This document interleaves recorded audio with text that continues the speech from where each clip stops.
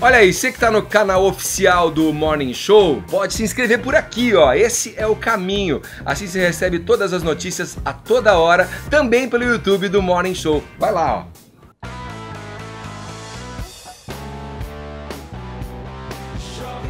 ó. Olá, bom dia. Tá começando aqui, ó. Morning Show. Mais uma edição da sua revista radiofônica na maior rede de rádio do Brasil. Vamos lá, mais um. Morning Show. Eu e meus amigos aqui apostos nesse feriado. Bom dia, Zé Armando Vanucci. Bom dia, buenos dias. Bom dia, Paulinha. Oi, bom dia. Tudo bem? Ellen Brau. Buenas. Fala, um pouquinho Tonioli. de sono, tô me recuperando do musical de ontem à noite, mas já vou contar pros nossos ouvintes. A gente engrena. Fala, Tonioli. Boa Santa. Vamos nessa. Olha, o Morning Show tá começando, você vem com a gente, hein? Até às 11h30 da manhã, informação, entretenimento, prestação de serviço, tudo isso condensado no nosso querido Jovem Pan Morning Show. Morning Show.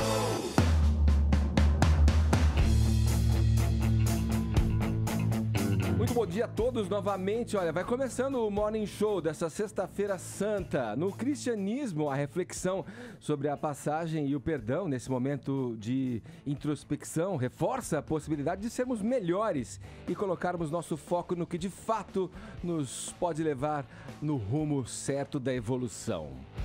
Isso me faz crer que, ao transpor esse significado da data para o âmbito coletivo, mais precisamente esse do imediatismo das ações, como efeito teremos, claro, com a devida dose de otimismo, a esperança de que tudo o que estamos passando na política servirá para a formação de indivíduos melhores, de uma nação mais justa. Fica a torcida aqui, ó, para que os representantes do povo se apercebam da responsabilidade que recai sobre seus ombros na hora de tomar suas decisões.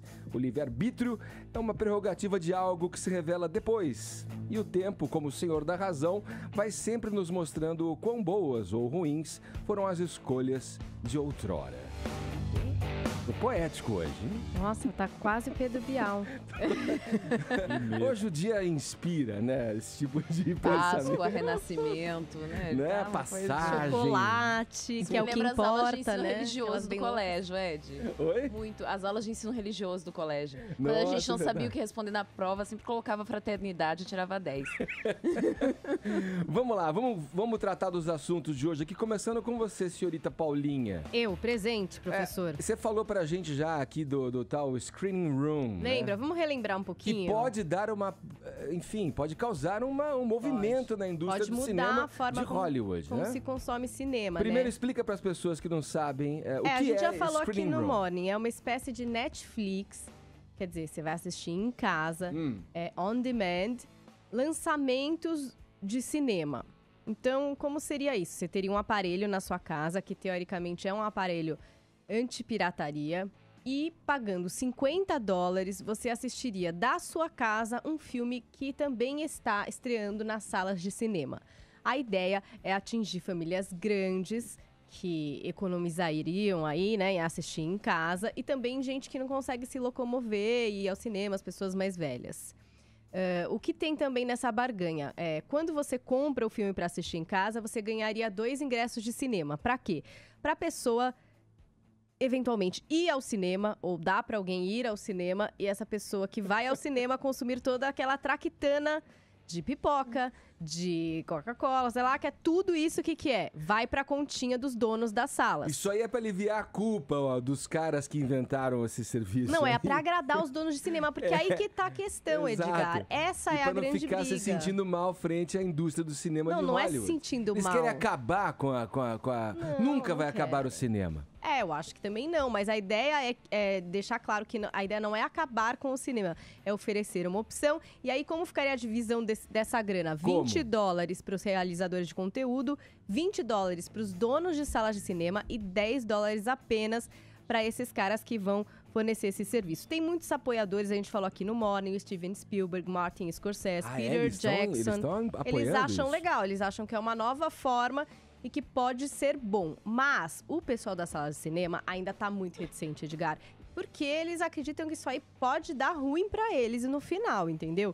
Tipo, tirar o pessoal da sala de cinema. Esse é o grande medo E a informação nova que eu tenho é que em Las Vegas, entre 11 e 14 de abril, esse tema vai esquentar muito. Porque acontece por lá uma tal de CinemaCon. É uma conferência que é feita pela Associação das Salas de Cinema dos Estados Unidos. E aí eles vão debater muito sobre isso aí. São 32 mil salas nos 50 estados americanos. 32 mil. Aqui no Brasil, a gente acha que tem 3 mil. Lá é muito cinema, né? Então eles vão conversar sobre isso seriamente. E a verdade é que a maioria é bem reticente a respeito desse serviço. Eu tive uma ideia. Imagina Qual é, Zé, mano? Imagine um condomínio com umas 100 pessoas mais ou menos. A gente compra o aparelhinho, né? Umas 100 famílias. A gente compra o aparelhinho, $50 o filme, chama todo mundo no prédio, vende ingresso a R$5 e eu ainda dou a pipoca de graça. Vende ingresso, ele quer vender, gente. Você acha? Mas vocês não acham? É Cine Petrobras esse aí, Zé? Mas vocês não acham? Vai acontecer isso, gente. Pode acontecer mesmo. Eu acho que são muitas questões aí para serem discutidas. Um apoio cultural BNDES. Mas a única coisa que a gente também não pode negar é que o consumo... Não vai ser só no Brasil não, viu, gente? Mas pensa assim, o consumo de audiovisual já mudou. A gente já tem essa história do on-demand, que tá mexendo até com os canais abertos, como você fala, que tá ganhando força esses serviços de streaming, apostando até em cinema, patrocinando filmes, né? Comprando direitos de filmes, fazendo filmes. Então assim, mudou, já tá mudando. Agora é ver como o pessoal vai se acomodar, né? Às vezes é aquela velha história do Uber. Será que adianta proibir? Não sei. Talvez você tenha que fazer o serviço atender as pessoas de uma outra forma, porque é essa necessidade que elas têm. Agora, que vai rolar um cinemão, é certeza. Um coletivão, né? É certeza. Mas olha, deixa eu dizer uma coisa. Os serviços tinham que iniciar tudo aqui no Brasil, cara. A prova do gato. Se passar pelo gato, tá o resto... Se você der a pipoca de graça, você tem lucro no coisa. Nossa, é um empreendedor esse aqui mas já. Não é cinema. Eu vou dizer porque eu acho que... Uma coisa criminosa é pipoca. Nunca vai. Um pacotinho de pipoca lá, você compra uma tonelada de milho. A telona nunca vai acabar, porque obviamente a telona experiência. É uma experiência, o surround ali é envolvente, você vê um filme. E outra coisa, o homem, desde que é homem, se reúne primeiro para sobreviver. E depois, qual é o homem que não gosta de socializar? Não, vamos socializar vamos tirar. Você tem que encontrar com as pessoas para trocar ideias. A gente tem que mudar o gênero aí bem da igualdade. A mulher sapiens, desde que é mulher sapiens, gosta de socializar. Não só eu também acho. A gente precisa socializar, trocar experiências. No escurinho do cinema... Você pode dar Chupando drops de anis. Chupando drops de anis, você dá a mãozinha de lado. Já dizia Rita Lee. Pipoca no cinema, fica a dica, tá? Mesmo que seja blockbuster, que ok, aí você tá lá com outros objetivos, mas incomoda, gente. Fica fazendo barulho. Pipoca no cinema não era. Tem filmes pipoca que não é pra no cinema tem cheiro o barulho né? da mastigada ali. Não é? Tem filmes que não é pra isso. O saco de pipoca faz muito barulho. Gente, vocês estão velhos mesmo. Então tá todo mundo... Não, tem filmes que tudo bem, mas tem outros Paula? Que não é. Todo mundo muito experiente. Tá bom, vamos lá, Zé Armando, da telona para a telinha. SBT, 35 anos de SBT. O que mais? Tem mais? Não acaba nunca. Comemoração da festa do SBT. Vai ser em agosto agora. Tá rendendo, hein? Vai ser em agosto. É que você viu a comemoração dos 34. As festas de cigano, 3 dias, 3 noites. Não, todo ano tem uma festinha pequena. Esse ano eles querem fazer uma festa um pouco maior. São várias reuniões ali, os comitês artísticos já se reuniram. Claro que tudo depende do aval do Silvio Santos, o Silvio que aprova como ele quer a festa, mas a ideia inicial é envolver todo mundo, artistas, produtores, redatores, jornalistas, todos os departamentos, por uma comemoração que vai se estender por toda a programação. Além disso, já pensaram em fazer exposição, porque o SBT tem um material, tem um arquivo muito bem cuidado ali. Não só um arquivo de imagem, de fitas. Eu já pude entrar lá, você tem novelas mexicanas que foram exibidas em 1800 e meia bola. Você tem os programas do Silvio lá de trás. Né, os que não foram queimados na TV Paulista estão ali. Mas então uma das ideias é recuperar todo esse material, usar as plataformas digitais, mostrar que nos 35 anos do SBT, nessa campanha nova, é a emissora que tem torcida. Tem gente que fala assim, o SBT, quando bota esse slogan, o SBT é a emissora que tem torcida, assumiu que não quer brigar pela vice-liderança. Não, ele só está registrando ali que é um fato. E tem mesmo, tem uma emissora, né? que tem torcida, é o SBT. Você assiste a Globo porque as produções têm qualidade, assiste o SBT porque você torce por ela. Porque você ama o Silvio Tem Santos. o Silvio Santos, Hebe, sério? todas essas Tem coisas. isso? Tem uma torcida. Claro, Tem uma ligação torcida. emocional forte com Existe um SBT. negócio chamado SBTista. Não se envolva com SBTista que você apanha. É sério. Os Eles caras são são extremistas. Não É teve tipo uma época, petista, Zé, mano, o não teve uma Tonholi. época. SBTista e recordista. Os As caras não velhinhas abrem... queriam fazer rifa, uma coisa assim pra ajudar o Silvio, que ele ajudar tava o em Silvio. crise. Ô, Teve uma coisa dia, assim. dia elas de queriam- Covid também, a gente tinha, nos últimos tempos da MTV, a gente tinha uma super torcida Sim, na é MTV verdade. pelo SBT, quando a MTV virou um SBT de piercing, não é? A MTV virou um SBT Você sabe de o único que piercing. foi da. O único Uau. que Teve uma foi. fase dessa. Teve a fase Teve. SBT de piercing? Teve uma fase Mas você um sabe que pouco da assim. MTV, o único que foi da MTV pro SBT foi o André Vasco, né? Que ficou lá um período dentro daquela ideia de trazer o público jovem pro SBT. Mas o fato é que eles vão usar tudo disso, vão comemorar, e aí o Silvio, quando voltar, ele volta no início de maio, não é mais abril. Ele já esticou um pouquinho mais as férias. Não ia tirar férias, depois tirou férias. Tirou, estendeu as férias. Essa semana, o Silvio foi no museu do... Tua manhã? Não, o museu, O museu de de cera. Ah, tirou foto que medo, com hein? todos os... Com a celebridade? Saiu de lá, Você gente. vê nas redes Ele sociais... tem um boneco? Ele tem uma, ele tem, uma lá no estátua SBT dele? ele tem.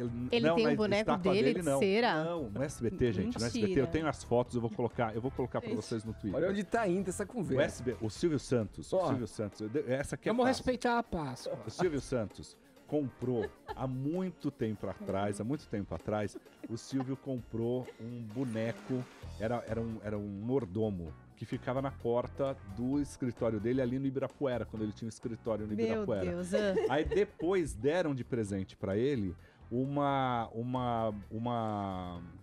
tipo uma garçonete assim. Sei, uma moça. Uma mini saia, tal. Uma E pin-up. é real, você passa, é real. Você vê até o suorzinho assim da Nossa, da Zé. Nossa, É. faz tudo. Fantástico. É? Não sei se faz tudo, mas ficava lá. Mas Bom. ó, então aí, pra quem tá nos ele tá se aplicativos, divertindo Silvio foi lá, com ó, o nas férias, Obama. camisona floridona. Que é foi sua lá, tirou marca, foto com o né, pras Obama, tirou férias. com todo mundo. Silvio, sabe por que o SBT tem torcida, Edgar? Porque o Silvio é gente como a gente. Silvio é maravilhoso. Você vai no museu e você abraça lá o Obama, falou, conheci o Obama. Você paga esses micos. Olha E aí. o Silvio paga esses micos e é É milionário. legítimo, é original, genuíno, Silvio Genuíno. Santos. Vamos lá, Tonholi, falar desses 40 anos aí, tá comemorando aí do De Niro e a Jodie Só Foster, festa. do Taxi Driver. É um super anúncio feito essa semana que o Taxi Driver está completando seus 40 anos de idade e nós vamos ter aqui no dia 21 de abril em Nova York, no Teatro Beacon, uma super apresentação. Robert De Niro, Jodie Foster e Sybil Shepherd vão encenar uns trechos do Taxi Driver, dirigidos pelo Martin Scorsese. E vale lembrar que quando foi filmado o Taxi Driver, a Jodie Foster, que aparece ali como uma prostituta, uma garota de programa, tinha 13 anos de idade. E se a gente lembrar o ódio que está contido no Taxi Driver, a gente vai lembrar que anos depois ele apareceu num Dia de Fúria, né? O cara chama Defense, né? O cara que se revolta contra o sistema, rapa o cabelo, compra um monte de armas. Então eu acho que o Taxi Driver é o avô espiritual do Black Bloc. Boa, Tonholi. Pô, 40 anos, hein? Foi, dá o quê? 86, é isso? A gente tem 86? várias frases hoje do Tonholi pra pôr no Twitter. 96, 40 anos? Faz a conta aí, professora. Vocês 90, lembram da cena 96? quando 76, não? 76, 76, né? né? Vocês lembram da cena quando ele rapa o cabelo moicano e ele fica olhando pro espelho e fala: você sabe com quem você tá falando? Você sabe quem eu sou? Você sabe com quem você tá falando? E saca uma arma pra ele mesmo? É o avô espiritual do Black Bloc. Vamos lá, Ellen Brown, vamos falar sobre esse futuro distópico, né? Que é o cenário do musical com as canções do Queen. Eu falei que eu cheguei com soninho hoje. Agora Estreou vamos na lá, noite vamos passada aqui em São engrenando. Paulo. Foi na noite passada que estreou em São Paulo, um musical que em Londres está em cartaz desde 2002. E é o musical We Will Rock. Na verdade, assim, quem vai esperando conhecer a história do Queen, não é isso, tá, gente? O musical não tem nada a ver com a história da banda, nem nada. É um musical com músicas do Queen, mas que fala de um cenário futuro, uma coisa meio Matrix, assim, da humanidade. 300 anos no futuro, como estaria o planeta Terra daqui 300 anos? Nós estaríamos todos meio dominados por uma grande corporação, e essa grande corporação, ela é engraçada, ela é irônica, porque tudo, na verdade, se tornou muito efêmero, muito fugaz na humanidade. Então, sucesso, tudo é sucesso, mas é sucesso hoje, amanhã já deixa de ser, já não, né? Tá meio parecido, né? E aí, só que tem uma coisa, as pessoas, elas não podem ouvir o verdadeiro rock and roll, porque isso seria o que iria libertar as pessoas, a consciência crítica das pessoas, e deixaria que essa fugacidade aí ficaria de lado. Então, esse é um musical que estreou na noite passada aqui em São Paulo, que já é bem conhecido em Londres, baseado nas músicas do Queen. Vale a pena conferir, é um musical que teve aí envolvido na sua produção, na sua execução, o Brian May, o Roger Taylor, estavam envolvidos na produção do musical. Então, vale a pena conferir. Chega agora ao Brasil. Desculpa, não sei quanto tempo vai ficar em cartaz aqui em São Paulo, mas estreou na noite passada, ainda fica mais algum tempinho aqui por São Paulo. Vale a pena conferir, só que é isso, não vá esperando conferir, sei lá, a história da banda, alguma coisa assim. É uma ficção científica. Tipo isso, assim, as pessoas vão fazendo interferências, vão entrando o Edgar quer fazer um morning show futurista com novas vinhetas. Você viu o Jovem Pan? Isso que a Ellen falou, vale lembrar a guitarra como instrumento libertador. Tem um disco do Rush, de 1976, chamado 2112, em que a guitarra é um instrumento corruptor e todo mundo que tinha guitarra era banido. É baseado num livro da Ayn Rand, aquela escritora tão famosa que é a mãe do conservantismo, né? Então, mais uma ligação do rock and roll com a guitarra como instrumento libertador. E eu gostaria de lembrar que essa semana que o Chico Buarque assinou esse manifesto de 1000 intelectuais a favor do PT, queria lembrar que o Chico Buarque, em 67, com o Gilberto Gil e outros, apoiou aquela marcha contra a guitarra elétrica. Então, não é de hoje que a guitarra elétrica é vista como um inimigo da sociedade. E eu acho que o que Ellen contou aqui o musical é justamente isso. Os boêmios nunca irão encontrar a Rapsódia. Se eles encontrarem, eles poderão ser pervertidos aí para o futuro. A gente já vem, hein? Segura aí.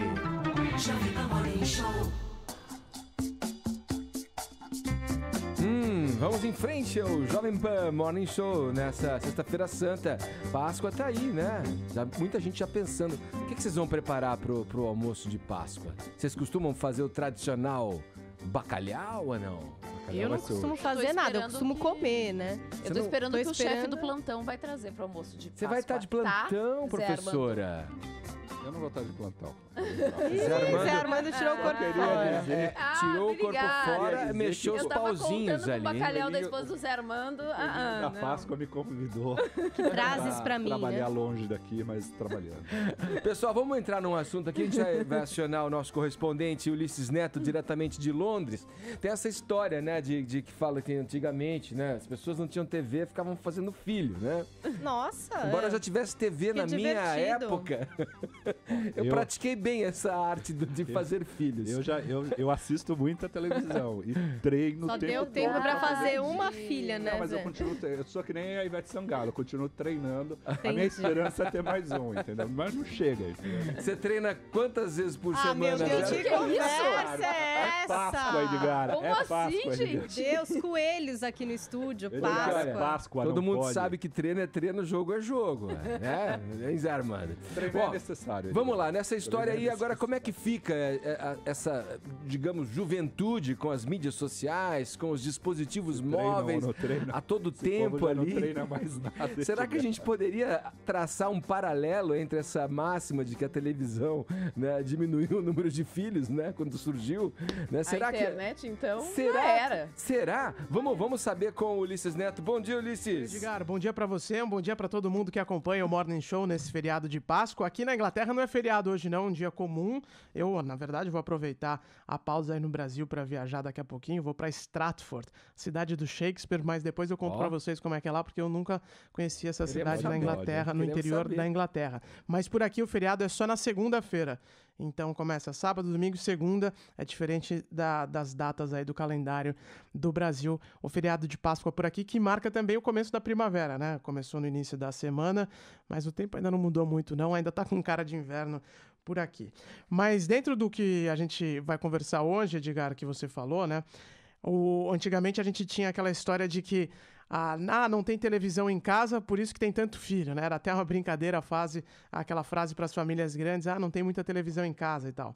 Essa história mudou, né? Na verdade, hoje em dia, quem tem rede social em casa é que não engravida, de acordo com os números oficiais do Escritório de Estatísticas Britânico, que é uma espécie de IBGE local.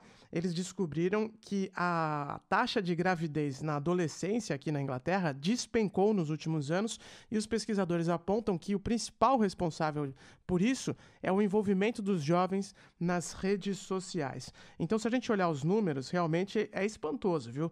Em 2014, foram 22.653 meninas com menos de 18 anos grávidas aqui na Inglaterra.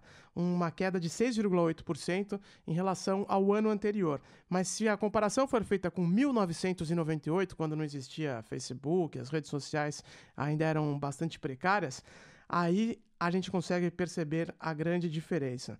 Porque, de acordo com os números oficiais, em 98, a cada 1.000 mulheres grávidas, 47,1 eram jovens, eram meninas com menos de 18 anos.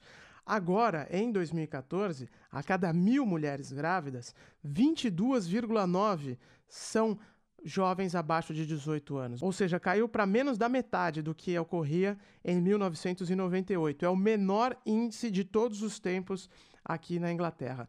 E essa história do envolvimento dos jovens nas redes sociais também está afetando diretamente o consumo de álcool. De acordo com os pesquisadores, o índice de jovens que sofrem com embriaguez, que abusam do álcool, também despencou nos últimos anos por causa do envolvimento nas redes sociais. A conclusão é a seguinte: enquanto a pessoa tem, o jovem ou a jovem britânicos têm um tablet, têm um computador em casa para ficar nas redes sociais, eles evitam sair para consumir drogas, consumir álcool e também o envolvimento com outros jovens. Então, no final das contas, há esse resultado benéfico para a sociedade britânica. Há também a conclusão de que os jovens hoje precisam economizar dinheiro para comprar os últimos aparelhos, o melhor celular, o melhor computador, o melhor tablet, e que por isso eles deixam de gastar no consumo de álcool, em idas ao bar, esse tipo de entretenimento que existe para os adolescentes de todo o mundo. Então, no final das contas, se está diminuindo a interação cara a cara, face a face, entre a juventude britânica, por outro lado, também está caindo um problema sério, que é o da gravidez na adolescência e principalmente o consumo de álcool. Edgar. Falado esse Ulisses Neto com a gente. Obrigado, Ulisses, pelas informações.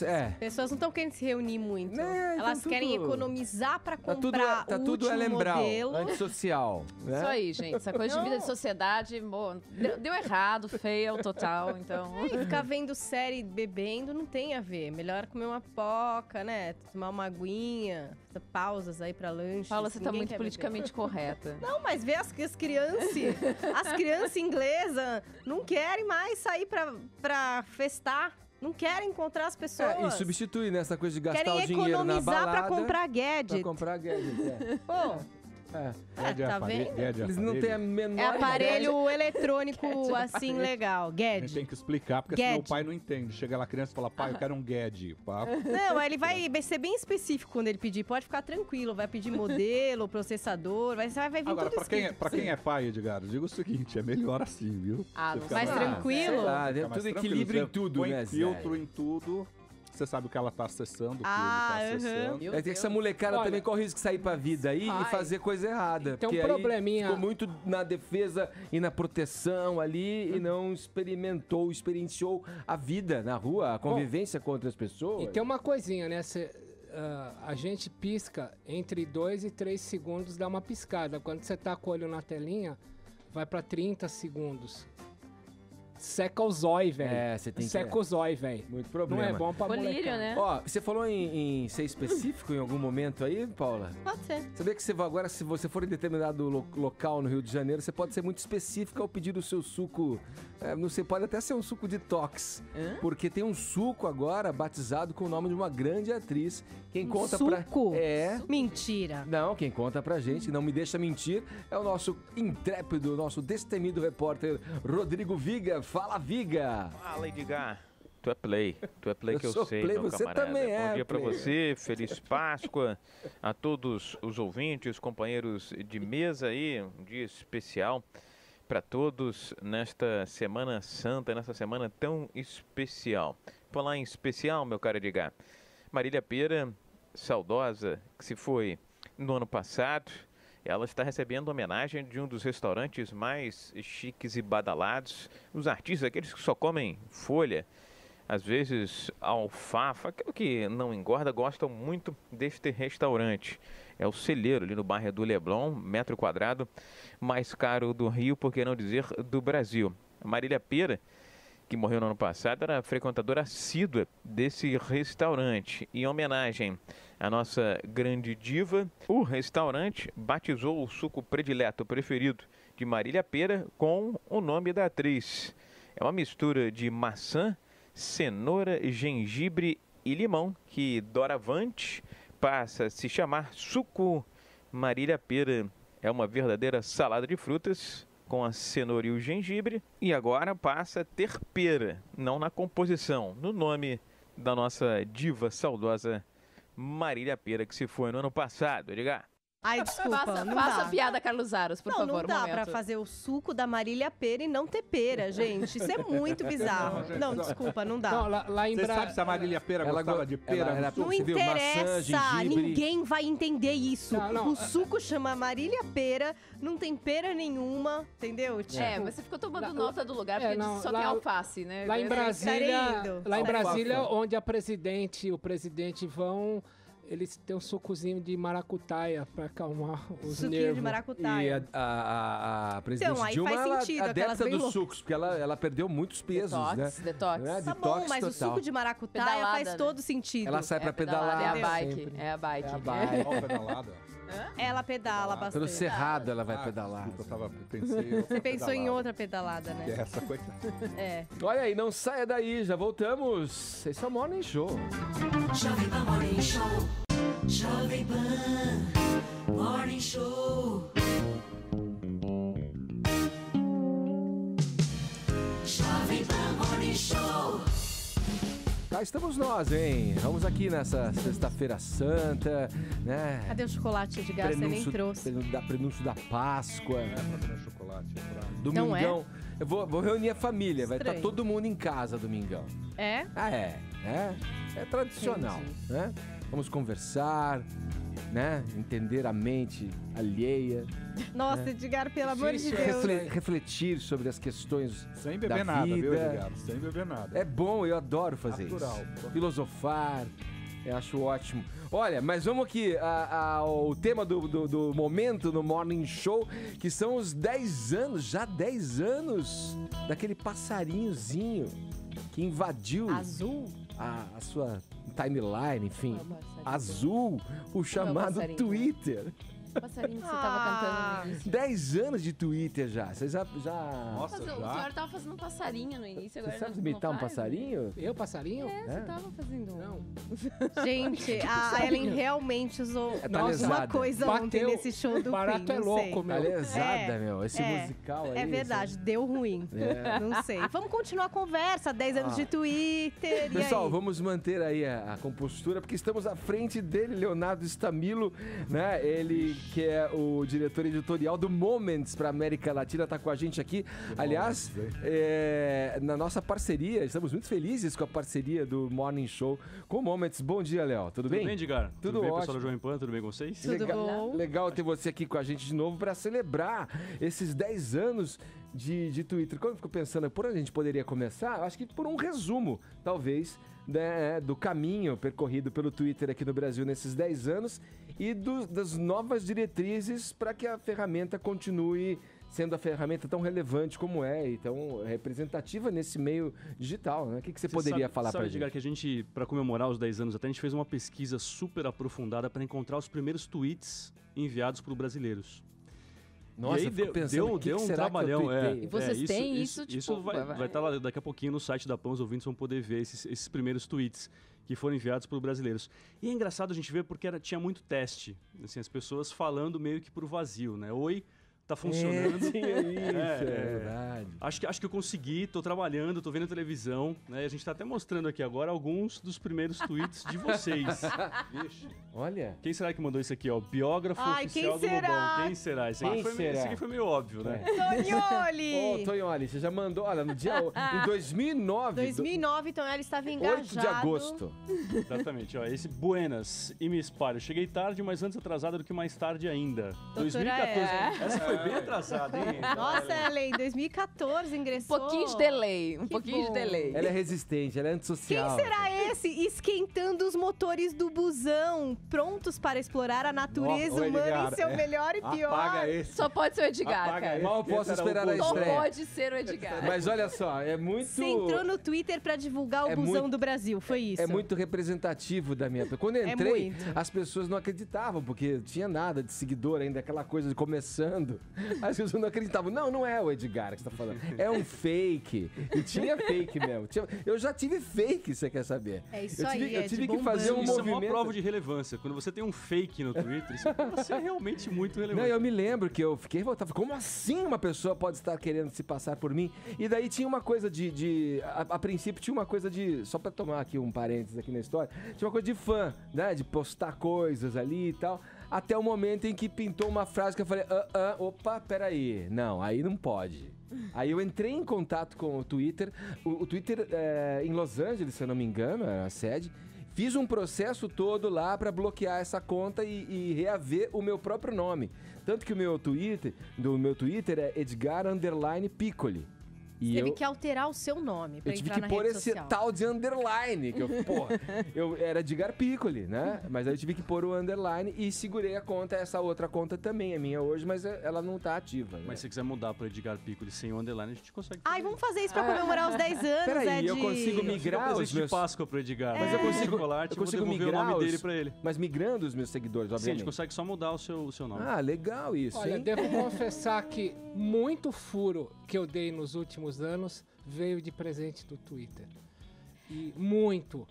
E assim, a pessoa manda, por favor, me segue que eu tenho algo pra te passar. Mas sabe, Tonholi, que quando Coisas eu era muito repórter, importantes. A minha principal matéria, acho, assim, em termos de furo, realmente, veio através do Twitter. Porque eu pegava o metrô todo santo dia e eu via que sempre tinha um problema na linha K do metrô. E aí eu começava a discutir aquilo com o Twitter com as pessoas e todo mundo falando da linha K. Todo mundo tinha todo dia um problema na linha K. Eu falei, tem uma coisa errada. E comecei a investigar aquilo pelo Twitter, cheguei até funcionários do metrô através do Twitter. A gente fez um levantamento gigante com esses funcionários e deu uma matéria muito legal, denunciando o número absurdo de falhas que essa linha reformada do metrô tem até hoje. Aliás, Léo, isso é a tendência, porque eu tenho essa sensação, assim, que talvez porque eu sou jornalista, e é isso que eu queria entender, se é o meu olhar de jornalista ou não, que o Twitter cada vez mais é um aplicativo de você estar informado, quer dizer, é um meio de você estar sintonizado com o que está acontecendo no momento. Essa semana, infelizmente, a gente teve, né, os ataques em Bruxelas, mais uma vez, né, uma sequência de ataques terroristas fortíssimos na Europa, e o Twitter mostrou para que ele serve de fato. Né? A gente entrou em contato com esses conteúdos, a gente não segue jornalistas de Bruxelas, você não teria acesso essa informação. Normalmente o Moments trouxe isso para a timeline das pessoas. Agora, ele né? o Twitter é o primeiro acesso, assim, é o primeiro, é onde eu vejo primeiro a notícia? Sim, por um motivo muito simples, né? Como é uma plataforma muito instantânea, o fato dela ser curtinha, textos muito curtinhos, faz com que as pessoas mandem essas informações de maneira muito rápida. E como ela não tem filtro, quer dizer, eu não preciso seguir você para necessariamente receber o seu conteúdo. Se o Edgar retweetar e eu seguir o Edgar, eu recebo essa informação, ela corre muito rápido na rede. Então ela acaba sendo, de fato, uma fonte primária de informação. E é por isso que os veículos de comunicação estão lá também, né? Porque eles precisam atingir essas pessoas. Né? E como a Ellen falou, essa é a tendência? Essa é a tendência. O Twitter é uma rede de informações, é uma rede de interesses, nem tanto uma rede social.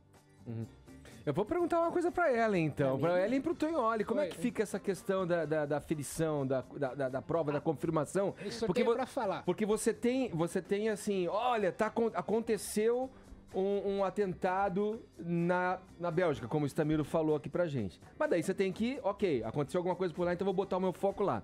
Aí você tem que ir comprovando essas informações, né? Eu vou te contar... Deixa ela falar. Vai lá. Não, apareceu uma mulher no Twitter e falou assim: por favor, me segue que eu tenho uma bomba pra te passar. Eu segui. Ela mandou por mensagem direta o seguinte, ó. O ministro das Comunas da Venezuela está indo pro Brasil para treinar armado o MST. Eu falei, puta teoria da conspiração. E ele tá levando a arma dele escondido na babá. Falei, isso é uma loucura. Bom, peguei o telefone da pessoa, liguei. Ela me deu um monte de telefone de jornalistas da Venezuela. Eu peguei, confirmei, botei no Yahoo, no meu blog. Deu 8 páginas na revista Veja e o post gerou inquérito da Polícia Federal e o cara foi preso. Quer dizer, eu usei a mensagem direta para depurar. Depois eu fui pelas vias tradicionais. Furaço, como outros. Quer dizer, eu uso o Twitter como ponto de partida, não como ponto de chegada. Isso que eu queria saber. É a questão da checagem, né? Essa semana eu conversava com uma colega que trabalha para a BBC. Ela me disse assim, olha, na BBC a gente não dá nenhuma informação sem que pelo menos 3 fontes confirmem antes. Não interessa se uma pessoa me disse e é uma pessoa confiável. 3 pessoas precisam me confirmar antes. Então, nada supera a checagem. Nada supera a checagem. E isso é maneira antiga, isso é tradicional. Mas o Twitter vem como a primeira fonte. E isso é sensacional, quer dizer, e vem como propagar, né, Léo? Isso é tão forte no Twitter que a gente lançou em parceria com a CNN, com uma empresa chamada Dataminer, um aplicativo de breaking news. Eu vi funcionando lá. É surreal. A Paulinha foi lá no escritório e mostrei pra ela. Como é que ele funciona? Ele está varrendo os 500 milhões de tweets que são enviados todos os dias na plataforma para tentar identificar tweets que têm um padrão de comportamento equivalente a um tweet que vai se tornar um furo de reportagem. Olha que coisa maluca. Então hoje, por exemplo, em Bruxelas, isso com certeza aconteceu. Ele identificou lá o primeiro tweet que uma pessoa mandou sobre aquilo, provavelmente falando de uma explosão. Ele viu a proximidade que essa pessoa estava em relação ao fato que ela estava noticiando, quem era essa pessoa, o padrão de comportamento dela na rede, e mandou isso para um alerta para os jornalistas que assinam o Dataminer. É um alerta, não é uma notícia pronta para ir pro ar. Tipo, tá acontecendo isso. Bota o olhar ali. Você toma uma decisão. Isso aqui é relevante para mim ou não, eu vou checar isso aqui ou não. Sim, entendi. Eu queria saber se, por exemplo, o Moments, né, que a gente fala, é uma espécie de curadoria que vocês estão exercendo. Totalmente. Com uma responsabilidade. Você também é jornalista, né? Então, tipo, o Twitter... ele também quer ser fonte, porque quando a gente tem as pessoas tweetando, sempre fica a dúvida, que nem o Edgar falou, como você sabe? Às vezes você não sabe nem se é a pessoa mesmo, se a pessoa não tem aquele perfil verificado, às vezes a pessoa, enfim, tá postando coisas nada a ver. O Twitter tem a intenção de ser fonte confiável e curador das coisas que estão postadas lá? É uma ótima pergunta, Paula. Não só eu sou jornalista, como a equipe toda do Moments, ela é formada por jornalistas super experientes, né? Pessoas que vieram de veículos tradicionais e que estão ali para justamente olhar essas informações que estão aparecendo na tela e para a gente entregar para vocês algo que seja mais confiável. Vou dar um exemplo muito prático que aconteceu com a gente faz umas 2 semanas. Apareceram alguns tweets sobre um tremor em Manaus. Pessoas falando de tremor em Manaus. E a gente foi checar aquilo, isso vira e mexe acontece, né? Você tem um tremor um pouco mais forte na América do Sul, você pode sentir alguma coisa no Brasil também. E a gente encontrou 2 tweets que eram muito significativos. Um era um vídeo de um cidadão mostrando o lustre do apartamento dele balançando. E aquilo me chamou a atenção e foi olhar a timeline do sujeito. Era uma timeline cheia de brincadeiras, cheia de piadinhas, cheia de coisas que não faziam o menor sentido. Então é óbvio que aquilo já mostrou pra gente que a informação não era confiável. Sim. E depois a gente começou a apurar através de outras fontes, a gente viu que não tinha acontecido absolutamente nada. Então nada supera essa checagem, né? Por isso que a gente precisa ter esse olhar atento a quem é a fonte da informação, cruzar isso com outras pessoas, checar com as fontes oficiais para você depois colocar num aplicativo com o próprio Moments. O Twitter não é um veículo de comunicação. O Twitter é uma plataforma de conteúdo, né? A gente não está escrevendo. No Moments a gente não escreve os tweets. A gente simplesmente busca os melhores tweets a respeito do que quer que seja, né? Por exemplo, essa semana, os atentados em Bruxelas. E também a zoeira, né? Sem dúvida. A zoeira never ends no Twitter. Sem dúvida. Né? Claro que num assunto pesado como esse dos ataques, isso não acontece. E mesmo se acontecer, a gente não vai dar destaque para isso. Né? Mas na semana passada, né, os eventos políticos no Brasil, e na semana mesmo a gente teve alguns, geraram muitos memes. E aí faz parte da gente rir da nossa própria desgraça. Legal, olha, Leonardo Stamilo com a gente aqui, o diretor do Moments, parceiro aqui do Morning Show. Obrigado, Léo. Sempre um prazer, gente. Até semana que vem. Valeu, um abração. Agora a gente segue aqui com o Morning Show. Não, daqui a pouquinho a gente volta. Não saia daí. Jovem Pan Morning Show. Ai, começa a chorar aí, vai. Porque a Páscoa, o brasileiro já tem por tradição deixar tudo pra última hora, né? O sujeito deve estar aí, muita gente tá escutando a gente no Morning Show nessa sexta-feira santa, a correria, não sobrou grana pra comprar mesmo, pra mesmo todo que tenha mundo. comprado antecipado, vai estar pagando até o Natal, porque parcelou, né? Olha, isso é uma questão para ela, a nossa diva da economia, premiada diva da economia. Parabéns, Denise, mais uma vez.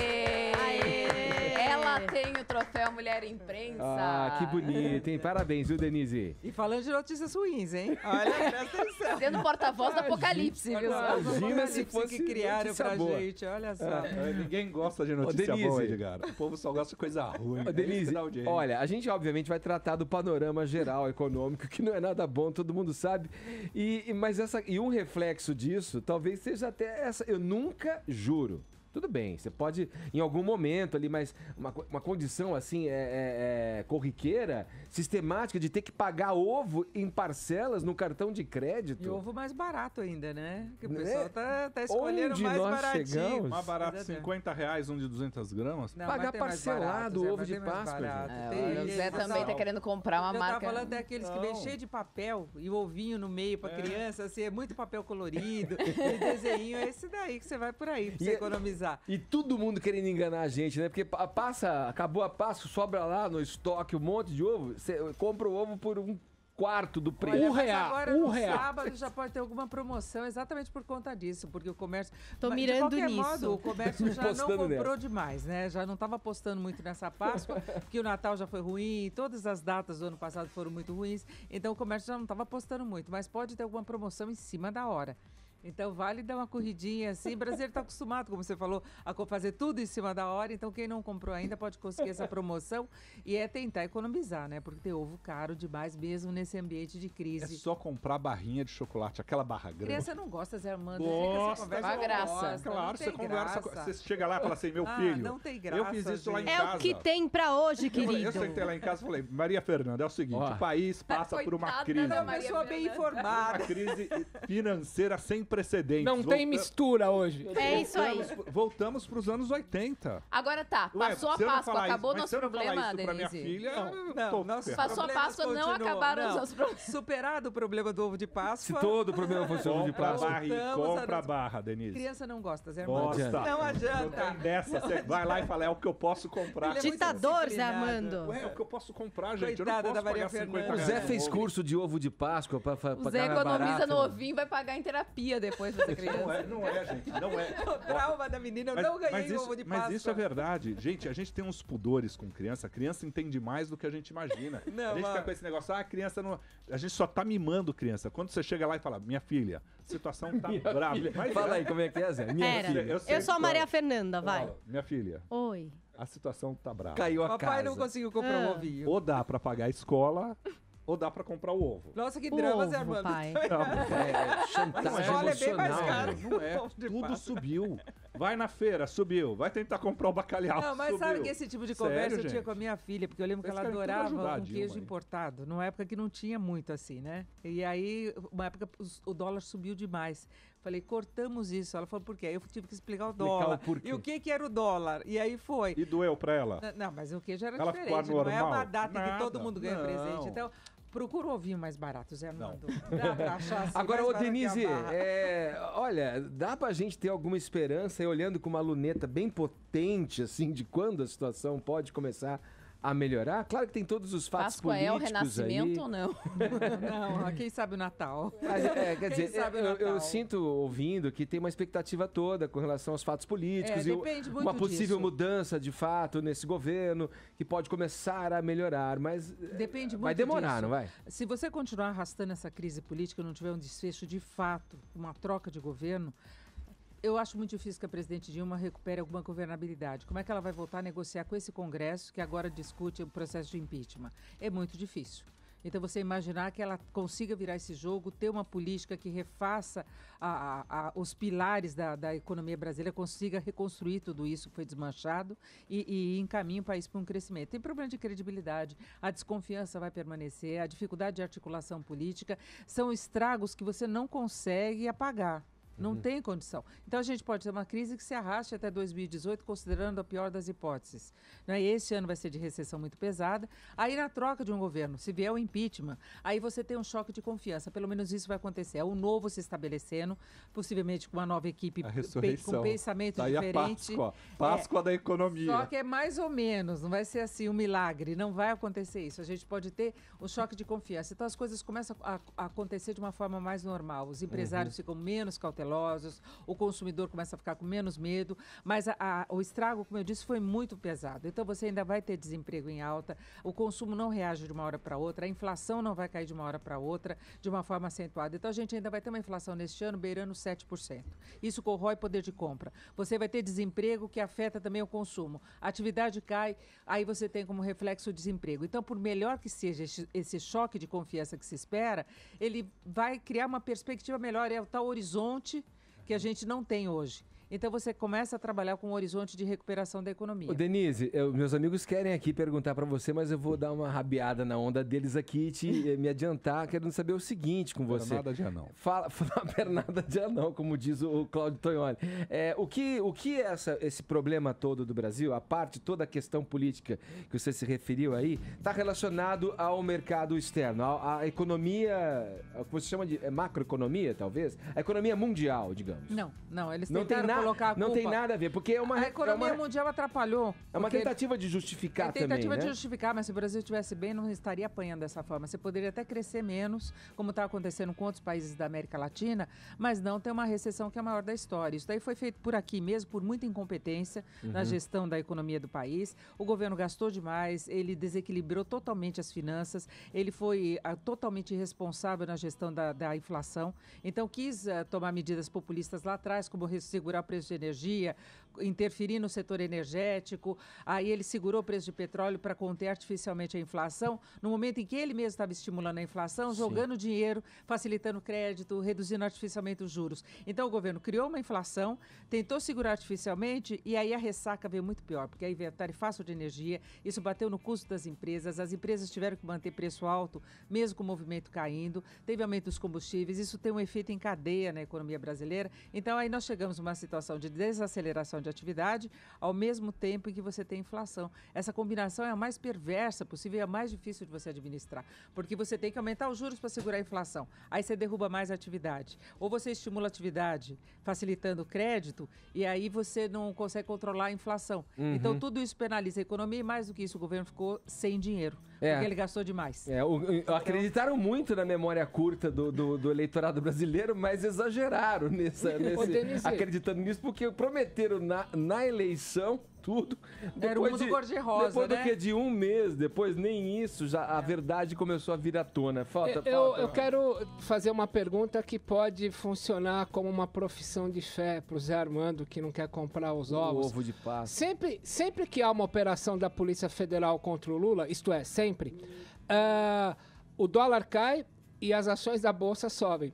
Se tiver nesse fim de semana, vulgo amanhã, alguma coisa contra o Lula, pode ser que caia o preço do ovo de Páscoa, né? Não entra na cotação ovo de Páscoa, não, só se for importado. Aí entra no dólar, mas aí já compraram com o dólar mais alto. Mas Armando, que pena, Já quero anunciar. Eu sugiro você mudar o almoço para segunda, Zé. Aí vou anunciar algo aqui. Minha filha, já não vai ter Dia das Crianças. E o Natal já estou revendo o presente. Você cortou o bacalhau também? Ditador, Zé. Ou só o ovo de Páscoa da criança? Do jeito que tá a situação, não dá. Zé Armando, você cortou o bacalhau também? Ou só o ovo de Páscoa da criança? O bacalhau dá pra você fazer aquele bolinho de bacalhau que não é de bacalhau. Você faz com outro peixe. Faz com a merluza. Eu não tenho esse problema que eu detesto bacalhau. Na verdade é o seguinte, ó. Já comi muito ovo frito na Páscoa porque esqueceram de mim. A gente às vezes fica refém desses... tem que dar o ovo de Páscoa, tem que dar a colomba pascal. Aí, Zé Armando. Tem que comprar presente pra família toda no Natal, além do amigo secreto. Dá uma tucanada no ovo de galinha, igual os jardins fazem aqui. Os caras vendem tilápia com o nome de São Peter. Mas, ó, Exatamente, eu descobri isso outro dia. verdade. Eu gostava de St. Peter, eles estavam comendo tilápia. Olha aí. o que vale, gente? De cativeiro ainda, O hein? que vale é você ser honesto ali com a criança e falar, eu posso isso, daqui a pouco eu não posso, Não, e daqui a olha, pouco eu vou poder, entendeu? É. Com o cenário que a Paula Denise Napolitano vai falou, falar isso, mas a gente... Não quando dá tem um ideia que o Zé Armando tá comunista, tão sovino que ele é capaz de chorar terapia pra Maria Fernanda Faz com a um Paula pra ter esforço pra sua desconto, filha, gente. É uma Zé coisa. Armando. Maria Fernanda, estamos do seu lado. Denise, a nossa diva da economia, conversando com a gente aqui no Morning Show. Obrigado, viu, Denise? Responsabilidade financeira, mas não precisa exagerar que nem o Zé Armando. Não Acha o precisa. vinho mais barato, tá bom, gente? Já Boa tá tudo Páscoa caro, pra todos. Boa Páscoa, Denise. Zé, você é o Muquirana, Zé. Vamos em frente, daqui a pouco a gente volta. Jovem Pan Morning Show. Jovem Pan Morning Show. Jovem Pan Morning Show. Olá, tudo bem? Oi! Você vem sempre aqui? Às vezes, querido. Aceita um drink? Claro, por favor, um cosmopolitan. Essa hora cai bem. Achei que você ia pedir o de sempre, um Blood Mary. Ai, variando hoje, né? Você quer conversar comigo mesmo? Algum outro assunto? Eu quero conversar com a senhorita sim, porque o nosso anti-herói, o nosso ídolo máximo, Bryan Cranston. Peraí, vamos fazer aqui. O Edgar acabou de assistir Breaking Bad agora. Assumo. Então ele tá bem encantado por esse ator. Eu não aguentei mais os bullying, assim, aqui fui vítima aqui nesta bancada, vocês zombando de mim, porque eu era um cara ultrapassado. Digamos que Breaking Bad não tá entre as séries mais novas, mas tudo bem, Edgar, acho que você tá correndo atrás do Mas, prejuízo. olha, Esse que a próxima que ele vai assistir é Friends. Olha, cara. o meu delator... Tá na lista dele, Friends ali pra O meu com a história de delação premiado, o delator preferido, Paula, que eu tenho na vida é o velhinho da cadeira de roda que faz ding, ding, ding, ding, ding. Toca o sininho ali, aquele delator. Ô, Paula, vamos lá. Então, o Bryan A parte o Cranston. meu recorde em assistir 5 temporadas em muito pouco tempo, vamos lá, o Bryan Cranston tem aí uma nova empreitada à frente, né? E vai viver aí o presidente Lyndon Johnson, é isso? Nessa produção da HBO. Então a gente já sabe que produção HBO, filme para a TV, né, gente? Então, peraí. Mas, de qualquer forma, o Bryan Cranston estava indicado ao Oscar para esse ano pelo filme Trumbo. Aliás, se você não assistiu, é um filme bem legal para assistir. E o interessante é que como a gente, por exemplo, o Edgar acompanhou aí Breaking Bad, você fica muitas temporadas ali acostumando com aquela caracterização do ator, né? Quando ele muda, e nesse personagem especial, ele tá super diferente. Até fisicamente, né? Os trejeitos. O trailer do filme é bem legal. E... olha, tem até uma trilha de Breaking Bad, mas na verdade a produção chama All the Way. Para de falar disso aí, vamos falar de Breaking Bad. Vamos falar desse filme, é legal, porque é depois da morte do Kennedy, esse cara assume como presidente, e aí ele tem como uma das metas emplacar a lei dos direitos civis, que, enfim, é aquela história que até estava no discurso do Kennedy, mas depois então ele morre, que é dar a todos os americanos o direito de serem servidos em todas as instalações abertas ao público, como hotéis, restaurantes, teatros, lojas e estabelecimentos similares. Enfim, uma quebra ali com o preconceito, tanto que a gente tem na história, claro, que o Martin Luther King, que é interpretado pelo Anthony Mackie, a gente vai ter também outras atrizes aí, a Melissa Leo, tem um monte de gente, é um elenco bem bacana, a estreia é 21 de maio, e como agora tudo que o Bryan Cranston faz ganha outra dimensão, fica aí a grande expectativa. Agora, para quem curte essa história do Kennedy, do assassinato do Kennedy, e que tem no imaginário a Jacqueline Kennedy, Jackie O, esse exemplo de estilo, a gente sabe que tem uma outra atriz bem famosa, a Natalie Portman, que vai fazer a Jackie O. E aí esse filme está previsto para chegar aos cinemas em 2017. Inclusive, é um filme bem esperado. Ele tem o roteiro da mesma mulher do Maze Runner. A direção é do cara que fez o Tony Maneiro, um filme meio das antigas. E é da empresa do Darren Aronofsky, que fez o Cisne Negro. Reza a lenda que só tinha uma primeira-dama que causava inveja a Jack Kennedy, né? Teresa Goulart. A primeira-dama aqui do Brasil, que era casada com o Django, que era lindíssima e era a única que diziam que causava inveja a Jack Kennedy. Então, temos Bryan Cranston como um presidente americano, não é? E temos também, em breve, Natalie Portman como Jackie O. Então, toda essa história do Kennedy, do assassinato do Kennedy, o antes, o durante e o depois, Já renderam muito. Isso me leva a muitos crer que filmes, nós temos né? roteiristas muito ruins no Brasil, Porque não aqui é? a gente já tem uns episódios que Porque, podia gente, ter não fala dado isso. filme. Não, mas, Temos gente, olha roteiristas de só. informação. Mas olha só, o que se faz nos Estados Unidos com histórias políticas, criando heróis, anti-heróis e tudo mais. E aqui, com toda a realidade que a gente tem, que inspiraria roteiros sensacionais, a gente não teve Os nenhum... bons nada. roteiristas estão na televisão agora, começa A história da Lava Jato aí, né, gente? Com Padilha. Promete entregar uma série sobre. Precisamos, conteúdo e inspiração gente. é que não falta nessa área, né? Com a inspiração natural que temos, deveríamos ter boas séries nesse Tudo sentido. culpa do Glauber Rocha, que destruiu o roteiro no cinema brasileiro. E aí levamos Rasgou o roteiro. anos Uma câmera até na que mão, viesse... uma ideia na cabeça, já Até era. que viesse Tropa de Elite, Cidade de Deus, para nos recuperar do rombo causado pela polaroidemente Gente, armagedônica Central do Brasil loucura é mais- do senhor mais Glauber roteirista, Rocha, melhor que roteirista. destruiu o Brasil Ó, dedo com o em, fim do roteiro. dedo em risco. Você não falou aí de Carlota Joaquina, que foi o filme que retomou tudo isso e que foi buscar... Da Camurati, né? Da Camurati, lembra? Ela fez aquelas roupas lá do Império, era tecido que amarrava. Eles amarravam, porque não tinha... Você lembra que não o tinha imperador dinheiro, não falava tinha verba. em Carlota Joaquina? Quando não sabes o que fazer, não faças nada.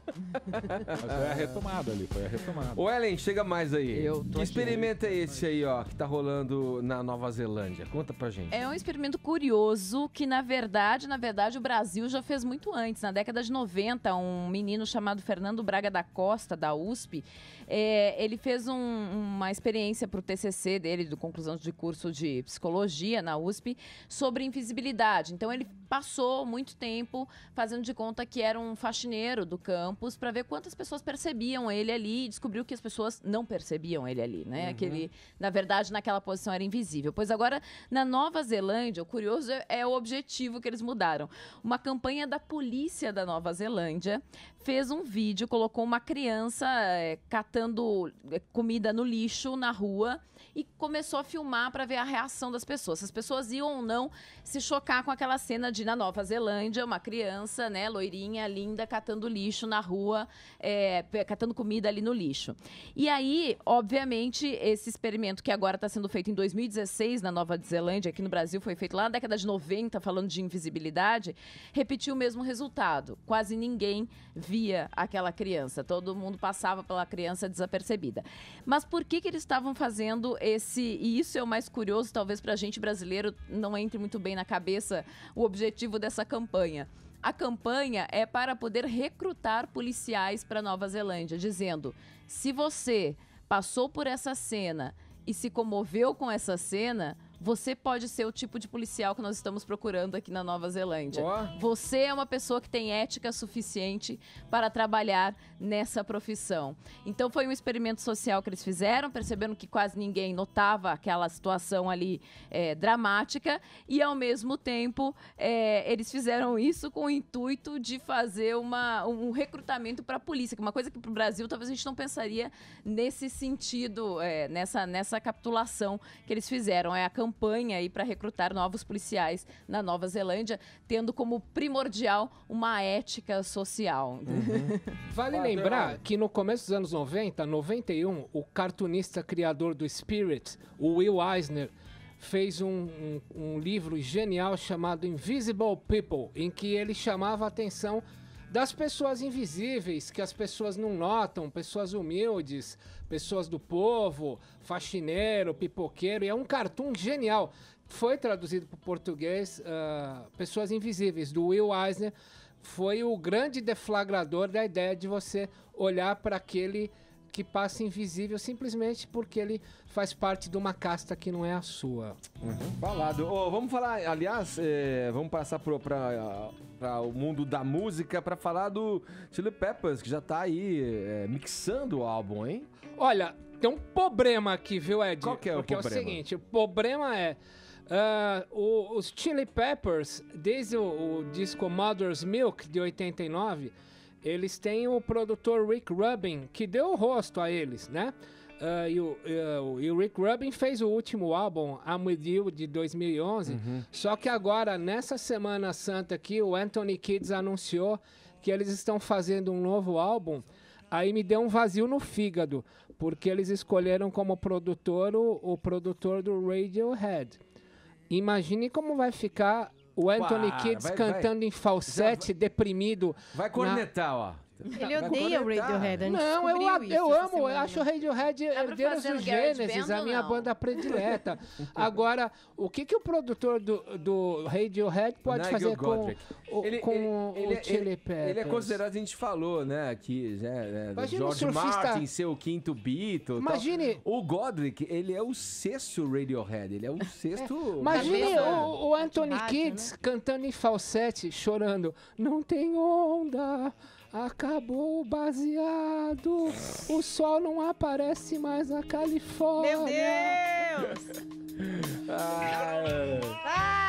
Eu tô esperando com expectativa esse disco aí. Nossa, muito agora gerou uma expectativa. Mas eu não vou na dele. Mas é porque você foi na dele, eu não vou na dele. Eu acho que se vai ser legal pra caramba. Vai ser um fracasso. Porque mesmo. O Rick Rubin, o Rick Rubin é indiscutivelmente um grande cara, formatou o som da banda também de um tempo determinado da carreira do Chili Peppers. Mas eu acho essas experiências muito legais. Ele vai começar a cantar. Veio a crise, Under the Bridge, vai ser agora eu tô morando debaixo da ponte. Me lembrou um fato. Meu Deus, o Tonholi. Essa coisa de não sabia que ele era intérprete. De produtor. Essa coisa de produtor. Quando tá no Crônicas isso do Dylan, quando o Bono indicou pra ele o Daniel Lanois pra produzir, cara, ele não se deu bem com o cara. Mas ele foi a fundo e executou o trabalho dele ali. Mas eles tiveram que pelejar e muito para chegar em algo que o Dylan pudesse aceitar minimamente como um trabalho seu. Dar o Chili Peppers pro produtor do Radiohead é dar o Chico Buarque para produzir o novo disco do Led Zeppelin. Vamos lá, o que mais aqui? Vamos falar com o José Armando agora? Eu tô aqui, Deixa eu mudar a trilha sonora, Zé, pra você passar aqui pra história do Serginho, que tá investindo aí garoto. Fala, garoto. Em formatos novos pro Altas Horas, Zé? Na verdade, assim, a ordem na Rede Globo é todo mundo se mexer, buscar coisa mais coçar, nova, negão. criativa. Ô, negão, vai se coçar. Negão. O que eles não querem, assim, é aquela coisa acomodada. Eu tô na liderança, acomoda e vai. Isso daí o Schroeder tem feito, todo mundo, estimulado todo mundo a buscar o diferente. O que o Serginho vai fazer? Ele contratou essa semana, a gente ficou sabendo lá, o Marco Luque, que vai integrar ali um quadro, algumas externas. Vai pro Altas Horas. Gente, todo o CQC vai pra Globo? Todo o CQC tá indo pra Globo. quase todo o CQC. E essa semana a gente viu do Cortez. O Cortez foi pro vídeo show, né? Vídeo show, que ele vai ser um repórter, meio apresentador, meio bancada, cobre todo mundo ali. E o Marco Luque vai para o Altas Horas ser uma espécie de consultor ali. Ele entra em vários momentos. Né? Como eu invejo esses adolescentes profissionais, Armando. Mas ganham bem, viu? Ganham bem. E aí a ideia do Serginho é fazer o quê? A ideia do Serginho é buscar elementos cada vez mais dinâmicos ali no programa para também ficar um pouco livre do elenco global. Por quê? Porque todos os programas da Globo giram em torno do elenco global. E o Serginho quer sair disso e buscar novos elementos. Novas produções. Vai abrir cada vez mais espaço para música. Algumas semanas atrás ele gravou o Gil e o Caetano, algo que é diferente para esse horário onde é muito axé, muito pagode, é muito Zé Armando, o dia que Gil e Caetano junto for diferente. É diferente para programa sábado à noite, se você assistir, Tonholi, só dá o quê? Não, eu não assisto só nem Anitta, a bala isso aí. Ludmilla, sertanejo e pagode. Agrobrega, sertanojo, agrobrega, sertanojo. Na hora que você vai e busca um MPB, é algo diferente. Mas vou te falar, uma das grandes... Agrobrega, sertanojo, Caetano. O Serginho levou esses dias o Ângela Maria. Uma das grandes trunfos do Serginho, fazer essa mistura e receber todo mundo naquele programa. E é necessário, porque infelizmente a televisão, o que ela faz? Os caras têm medo na televisão de perder 0,1 de audiência. E aí os caras não mexem nada. É o sertanejo que tá dando certo, só põe o sertanejo. É a Anitta. A Anitta é onipresente, tá em todos os programas. Aí cansa uma hora, cai tudo, né? Cai audiência, cai Anitta, cai venda de disco, cai tudo.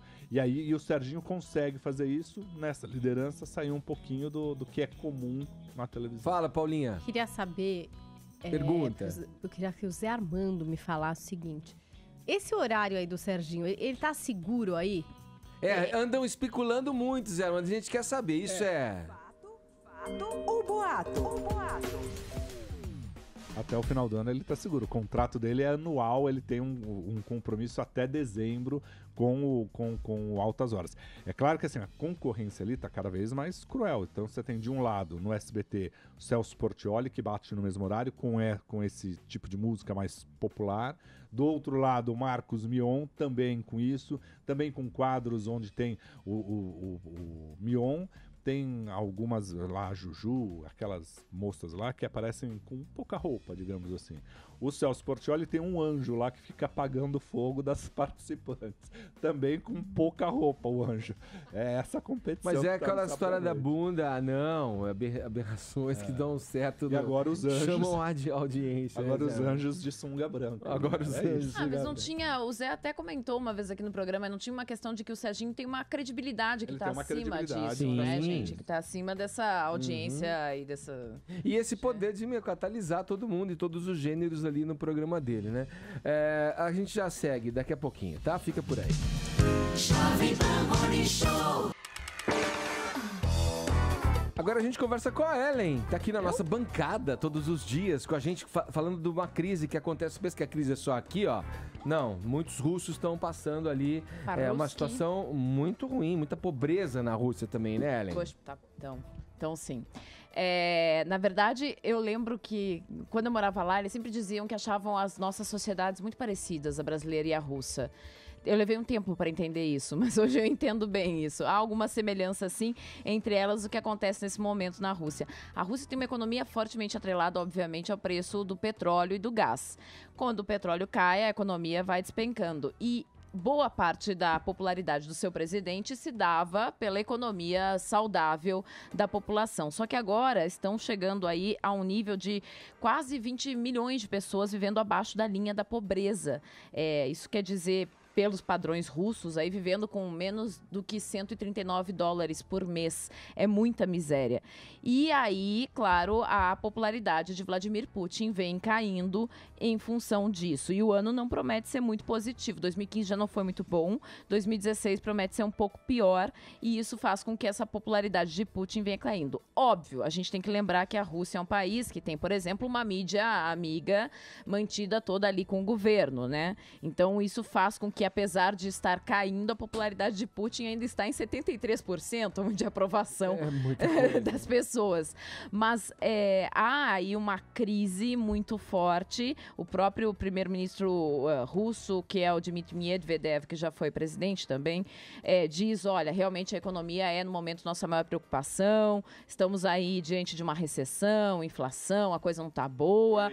Então, há essa preocupação aí toda em relação à situação da Rússia, da economia russa, e do quanto isso pode vir a afetar a soberania de Vladimir Putin, que a gente sabe é soberano, manda no país desde 2000 e mesmo que tenha tido Medvedev como presidente, quem era presidente na verdade era o Putin.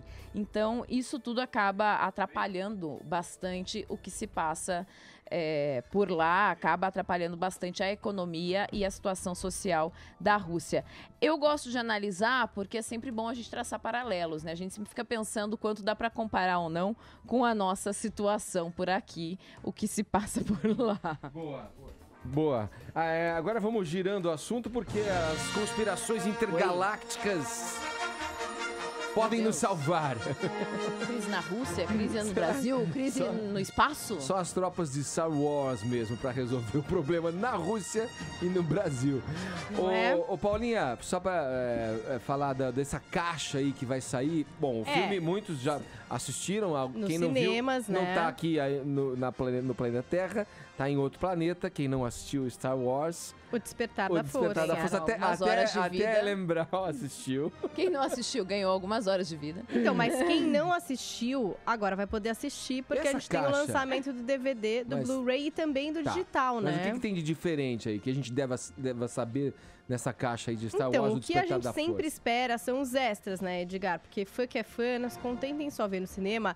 e 10 mandamentos da Record vem exercitando isso, extrai o máximo que dá pra extrair daquela coisa, né? E não vai ser diferente, claro. Star Wars copiando 10 mandamentos aí que você eu tá acho dizendo. que é mais ou menos isso. Tá. Aliás, eu aproveitar que você falou que é fã, gosta. Eu tenho 2 como é que chama? Aqueles colares de pendurar o crachá da a van premiere do filme. Tô vendendo, pode negociar comigo. Que isso? Ai, Memorabilia. Memorabilia, os caras Espera uns gostam. 10 anos pra valorizar, né? Não é negócio? Não sei, acho que você como deveria minha esperar um consultora- pouco, entendeu? Tá, Você que é vou fã esperar. do Star Wars, Vou esperar, você então. vê o que é um canalha, que vai lá, é um cara privilegiado, foi convidado. Não, mas eu gosto da Tem um saga. negócio, você foi só pra pegar as É que eu coisas. não tenho- Olha, eu tenho não tenho fotos esse fetiche aí, Eu Zé, tenho mano. fotos exclusivas do bar do Star Wars 2. Olha aí. Fiz no dia da manifestação da COT, aqui na Paulista. Meu Deus. Bom, mas você que é fã de Star Wars, volte aqui rapidamente comigo pra gente recapitular o que vai ter de essa. Então tem um longa só sobre os bastidores do filme. Tem entrevistas com o elenco, integrantes da produção, entendeu? Também tem a primeira leitura coletiva do roteiro com todo o elenco, quando eles conheceram qual que ia ser a história da trama pela primeira vez. Quer dizer, é tudo pra fã mesmo. Tem ali também os detalhes da fabricação do BB-8, que é o robozinho fofo da série, a bolinha fofa. Tem também extras com os novos alienígenas, viu, Tonholi? Espécies criadas pro filme. Formas de vida. É, tem aquele duelo, os sabres, né? Sempre os sabres de luz merecem um capítulo à parte. Então tem o duelo ali do Kylo Ren com a Rey. Tem o John Williams falando da trilha sonora. E tem também os efeitos visuais do episódio. Também temos um documentário sobre a fundação Star Wars Force for Change, viu, Ellen? Porque também tem uma força social em Star Wars. Olha, entretenimento. E também cenas deletadas do filme, que é isso que os fãs também esperam. Paula, aí tem uma semiótica que me interessa muito. O sabre do mal é vermelho. Por que será? Olha, tem uma professora bem conceituada que concorda com isso, viu? Tô falando. Tem uma professora bem conceituada que concorda com isso. Gente, em novela, tudo que é do mal ou tende pro vermelho. Pode ver, os vilões usam vermelho. Mas Armando, a Xuxa me ensinou que o mal pode ser cor-de-rosa. Meu Deus do céu. Bom, de qualquer forma, gente... Pode ser um vermelho desbotado. Se você é fã... Quem diria que o Tonholi assistiu Lua de Cristal? Quem diria? Tonholi, sou seu fã, Tonholi. Eu confesso genuflexamente nessa Sexta Santa. Bom, quem é fã de Star Wars, então, o DVD, Blu-ray... Pelo amor de Deus, menino, para de falar, corta, deixa eu terminar, os fãs querem saber. 20 de abril, Blu-ray e DVD. E, pra quem quer assistir e é assinante net, a partir do dia 1º, no Now, já vai poder assistir, então, Star Wars, O Despertar da Força.